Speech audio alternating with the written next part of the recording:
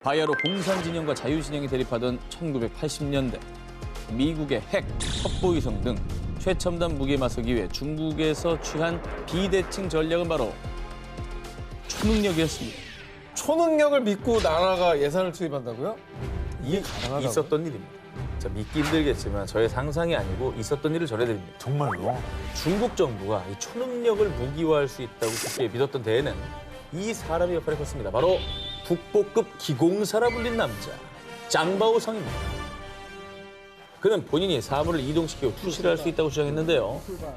실제로 그는 당시 중국 부주석 예제닝 앞에서 자신의 기공 초능력을 선보인 뒤 중국 고위층의 신뢰를 얻었다고 합니다. 1983년 중국 국방과학기술공업위원회는 짱바오성을 507 연구소에 투입. 당신의 초능력으로 군사무기를 개발하시오. 뿐만 아니라 군 휘하의 중국 인체과학연구회에서 외국 위성을 통제하고 먼 타국에도 군사적 공격을 가할 수 있도록 하는 군사무기 개발 프로젝트를 가동시켰습니다. 이거 진지하게 이거 했다고? 진지하게? 만화 얘기가 아닙니다. 연구소 설립했다고요? 네. 507 연구소? 그럼요. 자, 그래서 1988년 정부 관계자, 과학자, 마술사 등 수십 명의 사람이 지켜보는 가운데 짱바오성의 초능력을 검증하기 위한 현장 실험이 진행됐습니다. 관건은 짱바오성이 초능력으로 봉투 속의 글씨를 읽어내고 약병 속의 알약을 움직일 수 있느냐라는 것이었습니다. 실험 결과는 대실패였습니다. 이거야말로 19이네. 성공했습니다. 완전 망했어요. 꼼짝도 안 했다고 합니다. 하지만 이 사실은 7년 뒤인 1995년이 돼서야 언론을 통해 밝혀지며 장바오성의 실체가 낱낱이 공개됐고요. 이후에 장바오성은 칩거, 사기 혐의로 체포됐다는 소문이 난무했는데요. 하지만 그가 어떤 처벌을 받았는지는 명확히 밝혀지지 않은 채 2018년 그의 사망 소식이 전해졌습니다. 아이고야. 중국은 2025년까지 자국 내 반도체 생산 비율을 70%까지 올리는 반도체 굴기를 선언, 기업들에게 무려 1조 위안, 약 170조 원을 투자하겠다고 밝혔습니다. 그런 가운데 2017년에 설립된 중국의 신흥 반도체 기업 H사에서는요. 중국 최초로 7나노미터 이하의 미세 공정 시스템 반도체를 제작하겠습니다. 실제로 7나노급 기술을 보유한 대만의 반도체 기업 T사의 최고 운영 책임자 출신 장상희를 CEO로 영입했고요. 중국 반도체 업계의 슈퍼루키로 급부상한 H사는 2년여 동안 우한시 정부로부터 약 2조 5,600억 원의 투자금을 받는데 성공했습니다. 이야. 아니 중국 정부가 지금 반도체 쪽을 엄청 밀고 있다고는 하더라고요. 그렇죠. 네. 그런데 말입니다. 2020년 1월에 전해진 충격 보도. H사 공사 중단, 임직원은 잠적, 정부도 속았다. 중국 반도체 사업 위기. 알고 보니 H사의 대주주란 기업은 실체가 없는 페이퍼 컴퍼니. H사가 들여왔다던 최첨단 반도체 장비는 노후된 구식 장비였다고 합니다. 게다가 H사가 영입한 장상희 CEO는요. 제가 CEO인데 회사 정보에 접근할 수가 없었다고요.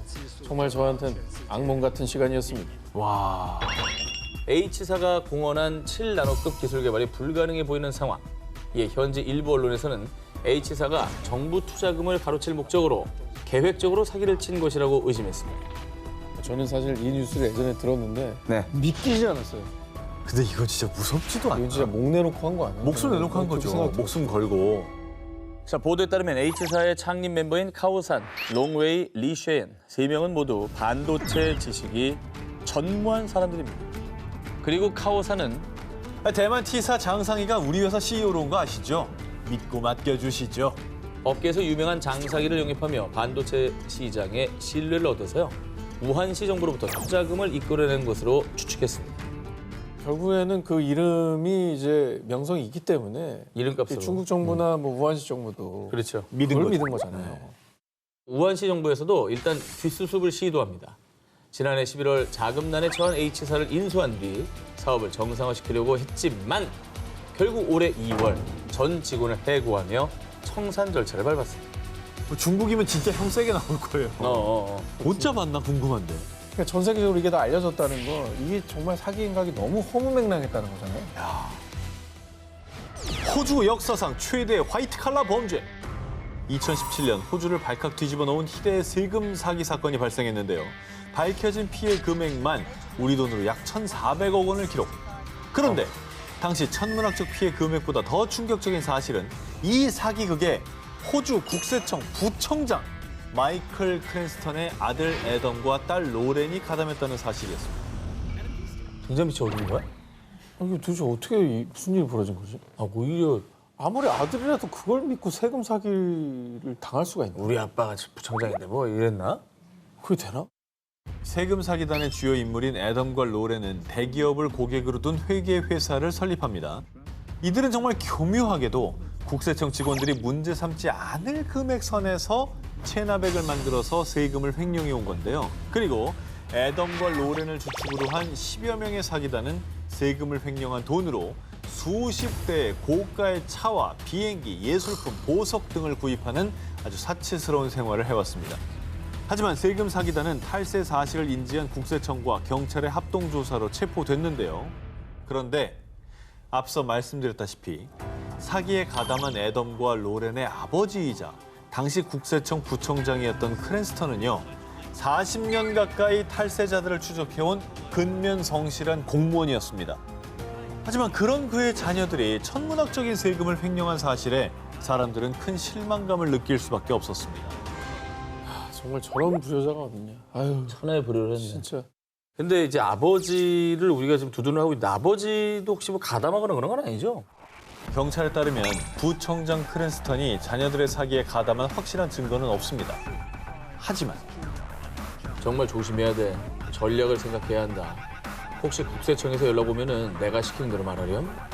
자녀들의 부탁을 받고 국세청 정보를 열람한 사실, 그리고 아들과 관련한 국세청의 감사 기밀 정보에 접근한 사실뿐 아니라 뒤늦게 아들의 사기 행각을 알고도 대처법을 알려준 정황이 포착됐습니다. 아이고 이 아버지야. 이 사실이 알려지고 사람들의 비난이 이어지자 크랜스턴은 사임했고요. 공무원 지위 남용 혐의로 재판을 받았지만 2019년 무죄를 선고받았는데요. 그리고 희대의 세금 사기를 벌인 그의 자녀들은 사기 및 돈 세탁 혐의로 현재까지도 재판을 받고 있습니다. 누구보다 청렴해야 할 이들이 벌인 세금 사기극. 손바닥으로 하늘을 가릴 수 없다는 걸 그것도 알만한 사람들이 왜 몰랐을까요? 이번 특종의 주인공인 헬렌 무코로는 스페인 국립대학교에서 법학을 전공, 이후에 범죄학 석사 학위를 받은 뒤 변호사로 활동했고요. UN 여성기구의 스페인 지사 대표로 활약, 여성들의 인권을 위해 목소리를 높였습니다. 그렇죠. 오늘의 주제가 또 있지 않겠습니까? 저희가 사기꾼? UN 여성기구 스페인 지사 대표인 무코로는 지난해 1월 횡령과 사기 혐의로 경찰에 체포됐는데요. 그런데 더욱 충격적인 사실은 그녀가 UN 여성기구 스페인 지사 대표로서 여러 세미나에도 참석하며 활발히 활동했지만 그녀의 직위는 가짜! 스페인에는 UN 여성기구 지사 자체가 애초에 존재하지 않았습니다. 이 사기꾼 무코로는요, 대표라는 거짓 감투를 쓴 채 UN의 국제개발 프로젝트를 사칭, 후원금을 편취했는데요. 하지만 그녀의 사기극에 아주 제대로 속은 일부 현지 언론은요, 그녀를 UN 여성기구의 스페인 지사 대표로 소개하기도 했습니다. 아유, 언론을 탔네. 근데 이런데 이제 언론에 나오면 이젠 사람들 믿을 수밖에 없죠. 왜냐면 검색하면 나오니까. 그러니까. 진짜 이 사람도 간이 배 밖으로 나왔네. 그런데 여기서 끝이 아닙니다. 그녀는 과거 그동안 스페인의 경제 위기를 보고 국민의 이익을 위해 정치에 입문해야겠다고 생각했습니다. 무코로는 모두를 위한 연합이라는 정당을 창당, 스페인 정치계에 뛰어들었는데요. 급기야 스페인 베니아 시장 선거에 출마, 총 3번의 선거에 출마하는 뻔뻔함의 극치를 보였습니다. 미쳤구나, 미쳤어 이제. 3번이나 나가? 미쳤어, 미쳤어. 그러니까 아무도 의심 안 하는 거야, 저러면. 야, 이건 완전 국가를 상대로 사기친 거네. 가짜 직위를 활용해 대환장 사기극을 펼친 무코로. 하지만 2018년 존재하지도 않는 스페인 지사 대표를 사칭하는 그녀를 수상하게 여긴 UN 여성기구의 신고로 스페인 경찰이 수사에 돌입. 결국 무코로는 지난해 1월 사기 혐의로 체포됐습니다.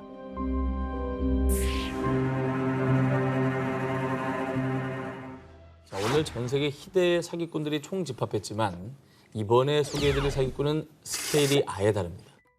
가나, 나이지리아, 수단, 토고 등 무려 아프리카 15개 나라를 상대로 사기. 와, 국가를 상대로 사기친 것도 충격적인데 그것도 하나도 아니고 15개 나라. 그렇죠. 가능해요? 자, 그 주인공은 바로 30대 한국인 남성 한 씨입니다. 우리나라 사람이야? 그는 2009년부터 서아프리카 나라들의 우편물을 발송, 저는 한국의 S전자 회장 같은 사람입니다. 제가 대통령님 나라에 국립병원과 주택을 지어드리도록 하지요. 잘 나가는 기업 회장인 척 직접 통역사까지 고용해 아프리카 나라들을 오가며 각국 정상들과 친분을 쌓았고요. 한국 정부와 정상회담을 성사시켜주겠다며 외교 관련 직책을 요구했습니다.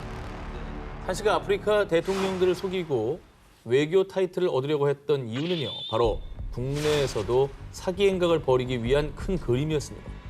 아프리카 대통령들과 찍은 사진이나 주고받은 이메일을 미끼로 한 공기업의 전 간부 김 씨에게 접근합니다. 내가 아프리카 경제 보좌관이나 마찬가지라니까. 이 공기업 자회사 사장 자리는 거뜬히 줄 수 있지. 한 씨는 공기업 자회사 사장 자리를 미끼로 김 씨로부터 로비 대가로 약 1,800만 원을 받아 챙겼습니다. 김 씨가 소개해준 사업가 3명에게도 비슷한 수법으로 총 약 11억 4천만 원을 가로챘습니다.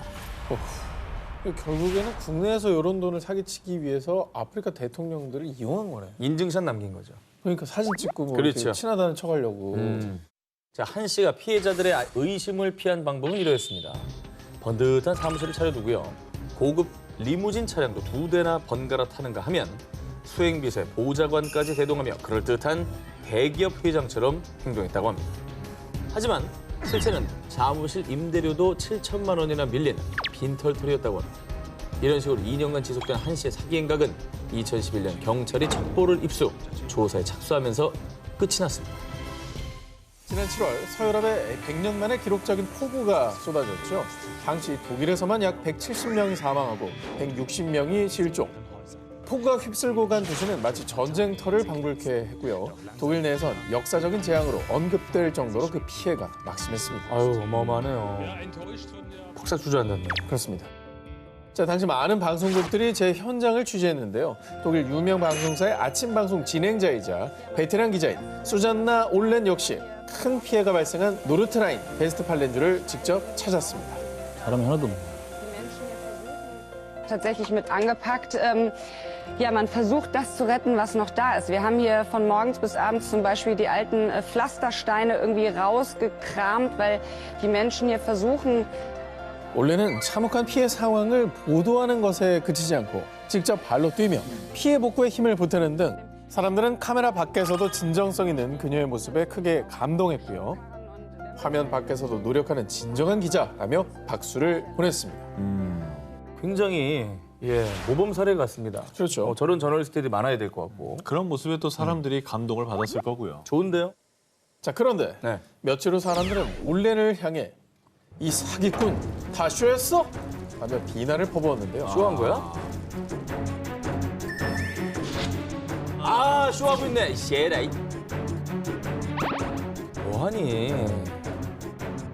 올렌이 리포팅 전 옷과 얼굴 등에 진흙을 바르는 모습이 포착. 즉, 그녀는 피해 복구에 나서지 않았으면서도 사람들에게 스포트라이트를 받기 위해 일부러 발로 뛴 척 연출을 하며 시청자들을 상대로 사기극을 펼친 겁니다. 이에 올렌은 SNS를 통해 언론인인 제가 해선 안 될 행동이었어요. 죄송합니다. 라며 사죄했지만 싸늘해진 여론은 쉽게 가라앉지 않았습니다. 뉴스에서 그렇게 가공을 한다는 거는 참을 수가 없네요. 그렇습니다. 한편 올렌의 사기 보도에 해당 방송국은 그녀의 취재는 저널리즘 원칙을 명백히 어겼다라며 정직 처분을 내렸는데요. 진정한 기자라면 자신의 이미지나 이득보다는 진정성 있는 사실 전달을 우선시해야 하지 않을까요? 2018년 1월 14일 미국 시카고발 비행기가 영국 런던 히스로 공항에 도착했는데요. 그런데 그 비행기에 탑승했었던 66세 미국인 메릴린 하트먼이 세관 직원의 신고로 체포. 정체가 발각된 그녀는 곧바로 미국으로 추방됐습니다. 뭔가 밀반이 됐나요? 세관이라고 하니까 뭔가 물건이 좀 있지 않았을까? 드리면 안 되는 거라든가 뭐 그죠? 전혀 아닙니다. 뭐야?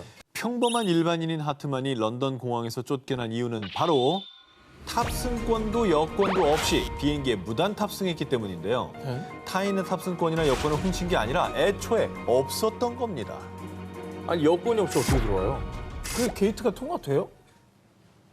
아니 일단 출국장 타기 전에 여권 탑승권 확인 다 하잖아요. 네. 그리고 이제 검색돼 진부 있고. 친구 다음에 또 친구 있고. 치고.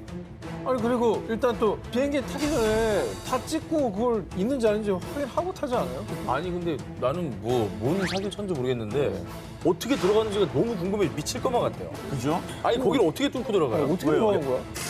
근데 더 황당한 건요. 이 하트만이 비행기에 무단 탑승한 게 이게 처음이 아닙니다. 2002년에 덴마크 코펜하겐에 간 게 처음이었죠. 여권이요? 없어도 상관없던데요. 그리고 2014년엔 산호세 공항에서 로스앤젤레스 공항까지, 2015년엔 산호세 공항에서 잭슨빌 공항까지 비행기 무단 탑승에 성공했고요. 그렇게 하트만이 탑승권, 여권 없이 밀항을 시도한 게 무려 30번에 달한다고 합니다. 그냥 어떻게 하냐니까? 아니 그러니까 내가 배우려고 그러는 게 아니라 어떻게 그러냐고. 아니 투명인간이야? 9.11 테러 이후에 네. 보안 검색이 굉장히 철저해지면서 이건 굉장히 불가능한 일로 보이는데 궁금해하시니 제가 이 하트만의 밀항의 기술 알려드리겠습니다. 대체 무엇이냐? 단체 여행객을 따라다니면 일행이라고 생각하더라고요. 그리고 항공사 직원에 따르면요. 주의를 끌지 않고 무슨 유령처럼 떠돌아다닌다고요. 행동도 자연스러워서 저는 정말 진짜 승객이신 줄 알았다니까요. 가능해? 상습 밀항범인 하트만은 밀항을 시도하다 발각된 경우도 많습니다. 그래서 수차례 경찰에 체포됐었고 지난해에는 교도소에 수감되기도 했는데요. 그런데 지난 3월 또다시 밀항을 시도하다가 체포. 결국 엄중한 법의 심판을 기다리고 있다고 합니다. 근데 이거는 어찌됐건 공항이 뚫렸다는 건 문제예요. 안전이 최우시 돼야 되는 곳인데 정말 말씀하신 대로 진짜 나쁜 맘 먹었으면 큰일 나는 거예요. 엄청 위험한 네. 거였죠. 절대 그러지 마시기 바랍니다. 단돈 10만 원만 투자해도 은행보다 높은 수익률 보장합니다. 당신도 부자가 될 절호의 기회입니다. 이런 말에 혹시 당신도 소개되십니까? 어디예요, 그게? 중국 31개의 성에 걸쳐 무려 90여만 명의 사람들을 속이고 속인 사람이 90만 명이에요? 그렇습니다. 중국은 웬만하면 몇십만이기 때문에 너무 놀라지 마시고 500억 위안, 무려 약 9조 원을 가로챈 중국 최대 규모의 다단계 사기 사건을 소개드립니다. 2014년 7월에 출범한 중국 최대 인터넷 금융 플랫폼 이사. 이사는 대출인에겐 은행보다 훨씬 더 낮은 이자로 돈을 빌릴 수가 있고 투자자들에겐 연간 최고 14.6%의 수익 보장을 약속한다며 대대적인 사업 홍보를 펼쳤습니다. 예를 들면 만약에 10만 위안, 우리 돈으로 한 1,700만 원 정도를 투자하면 보통 중국의 은행에서는 1년에 약 34만 5천 원 정도를 이자로 받을 수 있지만요. 이사에서는 최대 약 240만 원을 가만히 앉아만 있어도 이자로 받을 수 있다라고 선전한 겁니다. 너무 많이 차이 난다. 자, 결국은 앞선 사례와 마찬가지로 서민들, 심지어 부자들까지 이 이사에 투자하기 위해서 몰려들었습니다. 그러나 세상에 이런 황금알을 낳는 거위가 있겠어요? 전혀 없죠. 이 모든 꿈 같은 얘기들은 정말 꿈! 모두 거짓이었습니다. 실제로 이 이사가 투자자들에게 소개했던 사업 프로젝트는 애초에 존재하지도 않았습니다.